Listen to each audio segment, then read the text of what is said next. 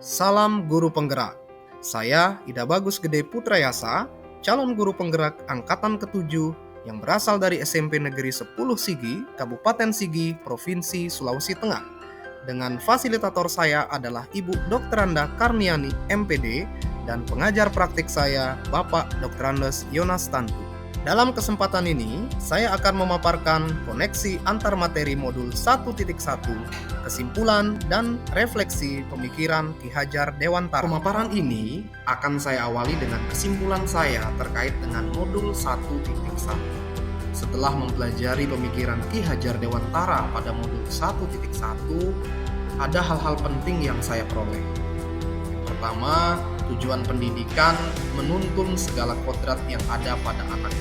Artinya, peran kita sebagai guru adalah sebagai penuntun, agar anak nantinya dapat mencapai keselamatan dan kebahagiaan yang setinggi-tingginya, baik sebagai individu maupun sebagai anggota masyarakat. Yang kedua, konsep trilogi pendidikan. Konsep yang harus dimiliki oleh setiap pendidik. Ingarso Sengkulodo di depan menjadi teladan. Ing Madio Mangunkarsa di tengah memberikan motivasi, dan Tut Uri Handayani di belakang memberi dorongan.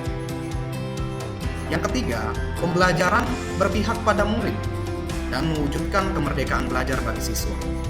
Hal ini menuntut bahwa seorang guru harus dapat mewujudkan kemerdekaan belajar bagi siswa dan menciptakan pembelajaran yang berpihak pada murid. Yang keempat adalah pembelajaran harus sesuai dengan kodrat alam dan kodrat zaman. Pembelajaran yang kita lakukan harus sesuai dengan lingkungan dan perkembangan zaman, agar anak-anak nantinya tidak kehilangan arah sehingga dapat menyelaraskan dengan perkembangan zaman. Yang kelima, pendidikan itu menuntun budi pekerti anak. Jadi sebagai seorang guru, hendaknya menuntun budi pekerti anak agar ia dapat mencapai kemuliaannya. Dan yang terakhir adalah memperhatikan kekuatan sosiokultural. Nah, hal ini kita lakukan agar dapat menebalkan laku anak dalam kehidupan sosialnya di masyarakat. Dalam proses refleksi, saya merefleksikan diri saya dengan cara menjawab 3 buah pertanyaan-pertanyaan pemantik yang diberikan. Yang pertama, apa yang saya percayai tentang murid dan pembelajaran di kelas sebelum saya mempelajari modul 1.1.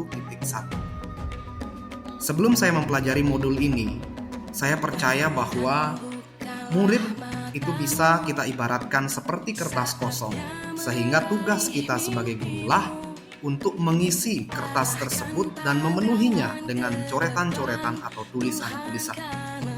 Yang kedua, saya percaya bahwa guru adalah satu-satunya sumber belajar, sehingga siswa pasti selalu tergantung dengan gurunya.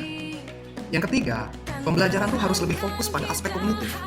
Apalagi untuk mata pelajaran matematika, aspek kognitif merupakan aspek yang paling penting menurut saya. Yang keempat, pembelajaran itu hanya efektif dilakukan di dalam kelas. Menurut saya bahwa pembelajaran yang dilakukan di luar kelas itu hanya membuang-buang waktu dan menghabiskan waktu dalam belajar. Yang kelima adalah metode belajar yang paling efektif yang bisa dilakukan adalah metode ceramah atau berpusat pada guru. Pertanyaan kedua, apa yang berubah dari pemikiran atau perilaku saya setelah mempelajari modul ini?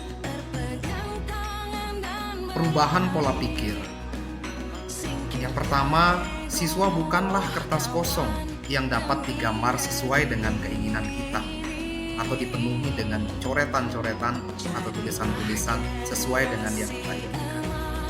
Siswa itu ibarat kertas yang sudah penuh dengan coretan-coretan atau tulisan-tulisan yang samar-samar, sehingga tugas guru adalah menuntun untuk menebalkan tulisan-tulisan atau coretan-coretan. Yang kedua, belajar itu dapat dilakukan di mana saja melalui sumber yang beragam juga. Yang ketiga, ada beragam macam metode mengajar yang dapat diterapkan, sehingga saya tidak bisa terfokus hanya pada satu metode saja, yaitu metode ceramah.